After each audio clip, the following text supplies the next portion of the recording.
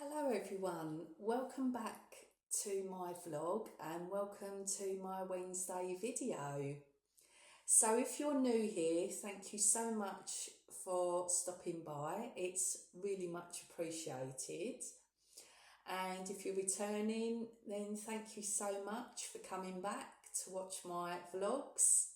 I really do love reading your comments, and it is really much appreciated knowing that I've got regular viewers who enjoy my content. So my name is Sharon, and during my spare time I get to see family and friends and also do my YouTube vlogs, and I also do some volunteering admin work for my church. And what I feature on my channel is personal finance, so I talk about my budget and also my spending diary. I also talk about thrift finds from the charity shop and Vinted. I also talk about recipes and cooking with me. I talk about days out, and I also talk about my shopping from Aldi, Lidl and Marks and Spencer's. So if this is something you think you might enjoy, then please stay put. I really appreciate you stopping by, and yeah, you're very much welcome. So firstly, I thought I would address the spending diary. So thank you so much if you tuned in to my last vlog about ditching the spending diary. And I did explain that because my credit card app has a spending feature and it shows all my spending in category and subcategories, I was thinking about ditching the spending diary. Reading comments and talking with Sharon from Living on a Low Income, I kind of reviewed that decision and thought, you know what, I actually do want to keep going with my spending diary. And one of the main points for me that I feel is going to be more of a good thing to carry on is because my spending diary actually shows each item properly itemised.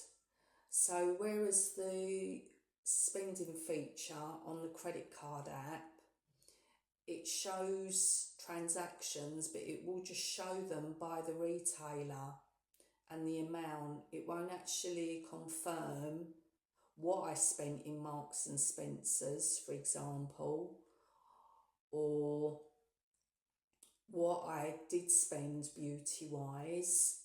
So having the spending diary carries on keeping me accountable for certain things that I'm buying. So I feel it's definitely going to be advantageous to keep going with the spending diary. It's not retiring anytime soon. And thank you for all your comments and your feedback. I've taken them all into account. And yeah, I will be keeping it updated. And at the end of September, I may do a mix. I may show again the categories and subcategories regarding spending on the credit card app and use it in conjunction with the spending diary. I'll see how I go. So, yep, not going anywhere anytime soon. So, another thing that I thought I would talk about, I've got my phone handy for some notes here, is when will I retire? And can I retire yet? and things I'm doing to prepare for retirement. So in short answer to when will I retire, I don't know. It's not forthcoming, it's not in my near future. So I'm certainly not fully retiring within the next 3 to 5 years. Unless my circumstances change drastically or I have a major lifestyle change, which I don't foresee, I will still be working. The good thing really with my circumstances is I could class myself as semi-retired because I work part-time and I work 20 hours a week, and I'm really hoping that situation doesn't change, in that what I would have to increase my hours. But I thought I would address what I'm doing to prepare for retirement, how that's going to be coming within the next 11 years up to state retirement, for example. For me, the last 10 years have gone so quickly. I got divorced in 2015 and I just can't believe 10 years have flown by. And I can honestly say the last 10 years have been filled with great adventures, great memories made. I've had some wonderful holidays with friends, with family, and I've really enjoyed life. And I just think, well, if the last 10 years have gone as quickly as they have, then I do really need to start kind of making plans for the next 11 years up to state retirement. So I'm going to go through with what I have been doing or what I aim to do, and hopefully it will provide some inspiration for you to think, oh yeah, I might do that. So firstly is checking the HMRC app. I think it's a really good app to have on your phone. It basically shows you what you're doing work-wise with your taxes that you pay, your national insurance that you pay. It also shows you your state pension contributions year on year and whether you've made full or part contributions. So I'm very grateful that this April just gone, April 2025, the government confirmed that I had made enough contributions. I think it was 36 years I had to do because I was contracted out of SERPs. And I've made enough contributions to qualify for the full state pension, which is going to be payable to me in 11 years' time. And this is a great peace of mind, knowing that I will get this in full. And I urge anyone who's not checked the HMRC app or checked that how their state pension contributions are going on, if you are in your 50s and definitely if you're in your 60s, you should definitely check this as a priority. See if there's any gaps and if there's any way that you can make up the shortfalls. So if you haven't already, please put that on your to-do list. Secondly, I think, which is really important, is contacting all your pension providers. So you might have chopped and changed jobs over the years, and you might find that you've got little pensions that you've forgotten about. Now is the time to either email or call all of these pension providers and get up-to-date statements. Let them know your current address so they can obviously contact you regularly.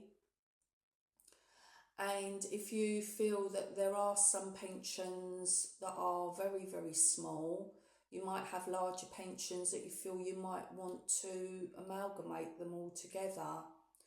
But please do seek financial advice if this is something you're thinking of. I wouldn't do it without speaking to someone who has got knowledge in this field. And,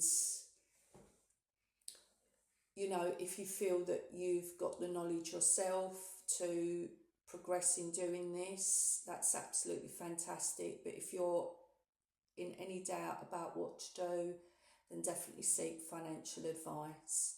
Some pensions from years and years and years ago are ones called defined benefits pensions, and it may not be in your best interest to transfer them over to something like a defined contribution pension. So I would definitely seek advice if this is your situation.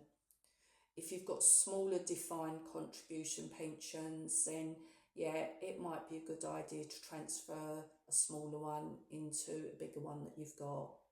But now is the time to do it. Now is the time to update your pension providers with all your current information.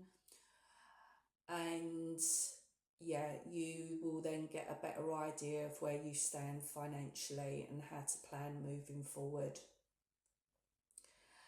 Then third on the list is paying off all consumer debt. I know this can most probably sound easier said than done, but I think if you're in your 50s and your 60s, it should definitely be a priority if it's consumer debt. Mortgage debt is a different story. Obviously, it's your home that you're living in, and you might have time scales that you're going by, whereby you want to either pay up your mortgage before you retire, or you might be able to manage your mortgage payments in retirement. But consumer debt should definitely be a priority to pay off as soon as possible. And I would definitely recommend that you make it part of your monthly budget to pay it off monthly. Or if you're expecting, you know, bigger payments to come in as income, then maybe use that to pay off your debts. So thankfully I managed to pay off my consumer debts that I had last year. Thankfully I had a smaller pension that paid a little bit of a lump sum, and that enabled me to pay off my consumer debt. And I don't intend to kind of carry forward money onto a credit card without having the means to pay it back in full. That just works for me. So next one is pay rises. So the majority of people who work do generally get pay rises at certain times of the year. So for example, I get pay rises every April, but then again it has been June or July. So it just depends when the company do it. And it can differ into what I do get as well. But one thing that I had been doing, I would say for the last 6 or 7 years, basically in 2019, I was working 30 hours a week, and I kind of knew that I wanted to, in the next 5 years, be working part-time. I'd already made that decision in my head 6 years ago that that was something I wanted to do. And thankfully, because of the pay rises that I got, rather than putting most of them into my budget for more spending, for example, or towards bills, I managed to navigate within 5 years because I went part-time in 2024. So, sorry, it was 6 years from 2019. No, it was 5 years, wasn't it? 2019 to 2024 is 5 years. So basically, I managed to drop from 30 hours to 25 hours. And then after a couple of years of pay rises, I then made the decision to drop to 20 hours from the 25. And that is how I basically managed to go part-time. I don't think I would have managed it otherwise if I'd have, put all of my pay rises into a monthly budget and increased my spending. I definitely wouldn't have been able to do it. But by planning 6 years ago, that is something I wanted for my future self. I managed to do it, and for me, that was the best way of achieving that goal. So I highly recommend, if you do know that you get regular pay rises every year, then considering, if they are fairly good ones, then consider buying back your time and reduce your hours at work. If you can, if it's a possibility, then definitely find out if you can do this. So next on the list is attempting to buy or make bigger purchase items before actual retirement. Now for me, when I got that lump sum last year, I put some of that money away because I know future me will need to get a newer car in the next year to 2 years. Thankfully, my car passed its MOT, and if you saw previous vlogs, you know that I've had car repairs done. I'm basically keeping my 20-year-old car until it dies on me. But having the money in my savings account to know that I can buy a new car is such great peace of mind, and takes away any anxiety that I've got that if my car did die tomorrow, that I wouldn't need to put the cost of it onto a credit card or get a loan out. So I'm very grateful that, that small lump sum that I did get last year, I prioritised it with paying off debt and putting it towards getting a new car for future me, basically. And also, if you are thinking about doing any house or home maintenance or repairs, and they are major ones, then I highly recommend that you maybe do this before you consider semi or full retirement as well. And then it doesn't have to be part of your monthly budget, paying it back. Then this kind of ties into, this next one ties into what I was talking about using my pay rises to go part-time. And this next one is making a 3-year, a 5-year and a 10-year plan for shorter term and longer term goals. So that's precisely what I did do 6 years ago to get to the position where I am now. And I've currently made 3, 5 and 10-year goals for myself, coming up to state retirement age.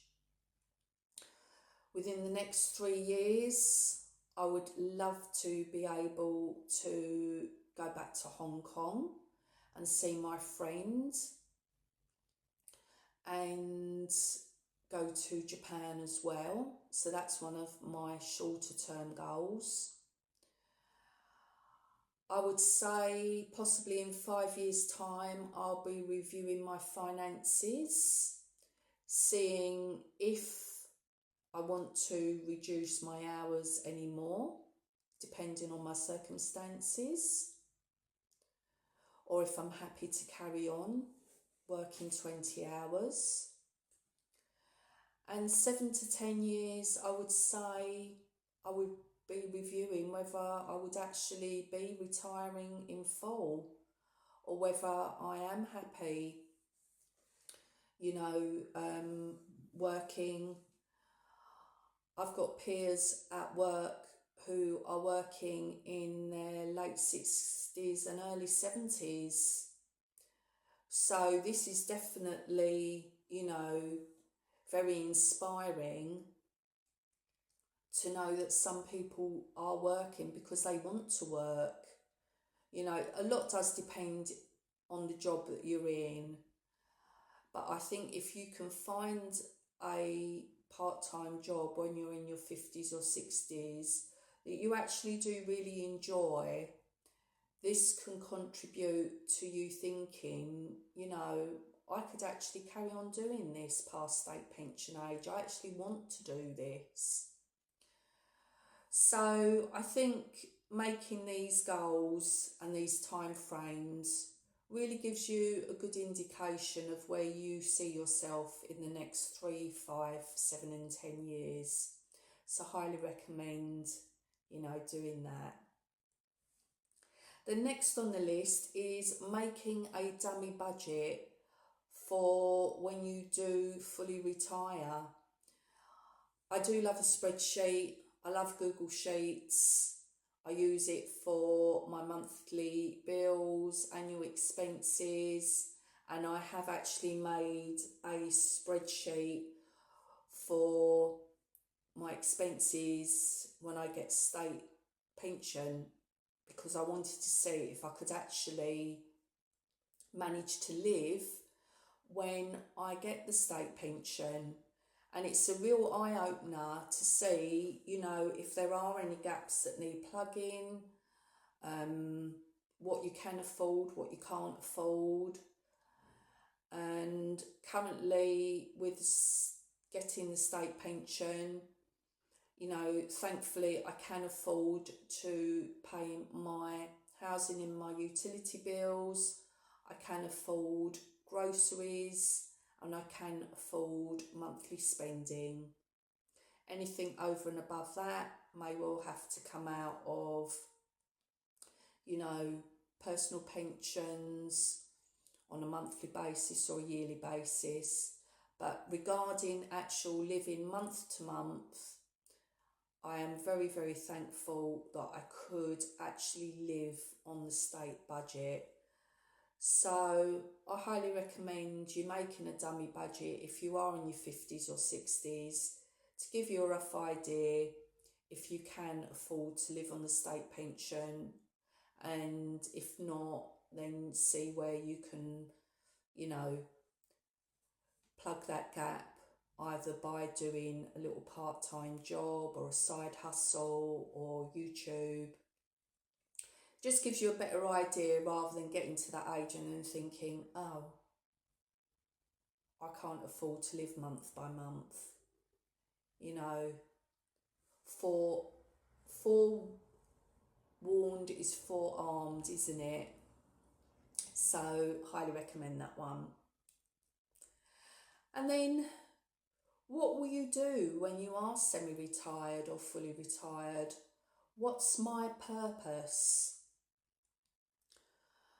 So I think it's important to have some kind of role, whether that's a volunteering role or a work role, where you actually feel fulfilled in that routine. And whether it means that you're just working a few hours a week at a local coffee shop or within your local community, or whether you're doing some volunteering work, it gives you a sense of purpose, and it gives you a sense of routine every week and something to look forward to. it's not all about the money when you retire. It's so important to have a sense of worth and a sense of well-being, as a sense of purpose. And if this is something you can create before you actually fully retire, then the process will be seamless, because you'll be already on that journey that you're doing. So I highly recommend that you find a hobby or a volunteering role or a little part-time job or a side hustle that, you know, makes you happy and makes you fulfilled, and something that you feel you could, yeah, I'm happy to do that in the next 5, 10, 15, 20 years. And the sooner you do it, you know, the sooner you're already in that routine of doing it.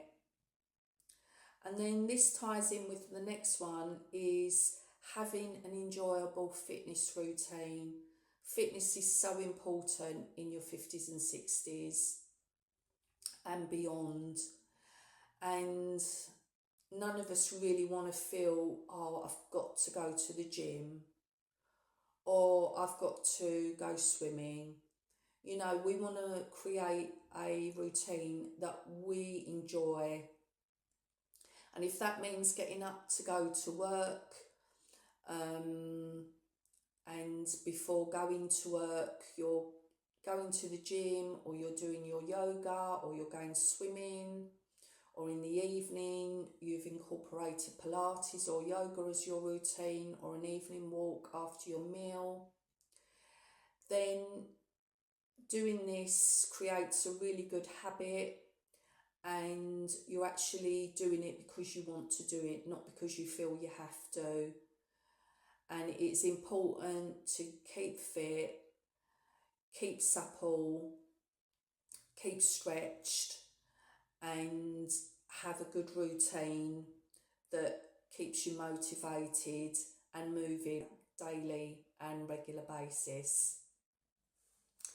And then the last one, don't compare your retirement journey with others.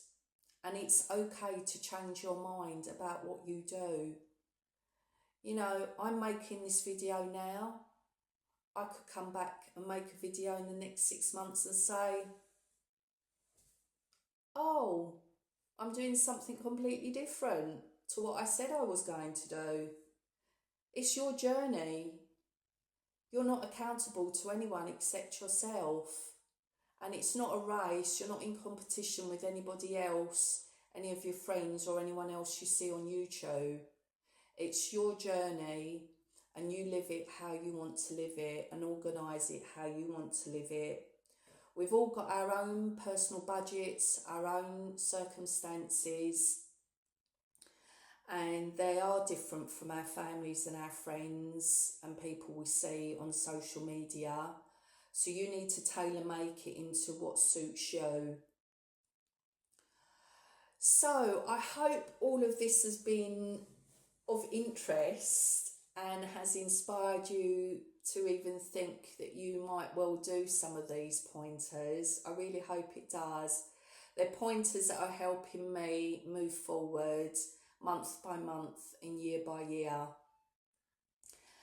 And yeah, if it means that I can possibly set goals now, financial and personal goals over the next 3, 5, 7, 10 years, if it means that I retire a year or 2 years earlier than what I've got in my head, you know, great. Or I might think, you know what, I actually do want to work even if I get my state pension. It's all food for thought. So I'm going to wrap up the video here. Thank you so much for watching. I really do appreciate it. If you haven't already subscribed, would you please consider doing so? And I will see you on the next one. Thanks for watching, and see you soon. Bye guys.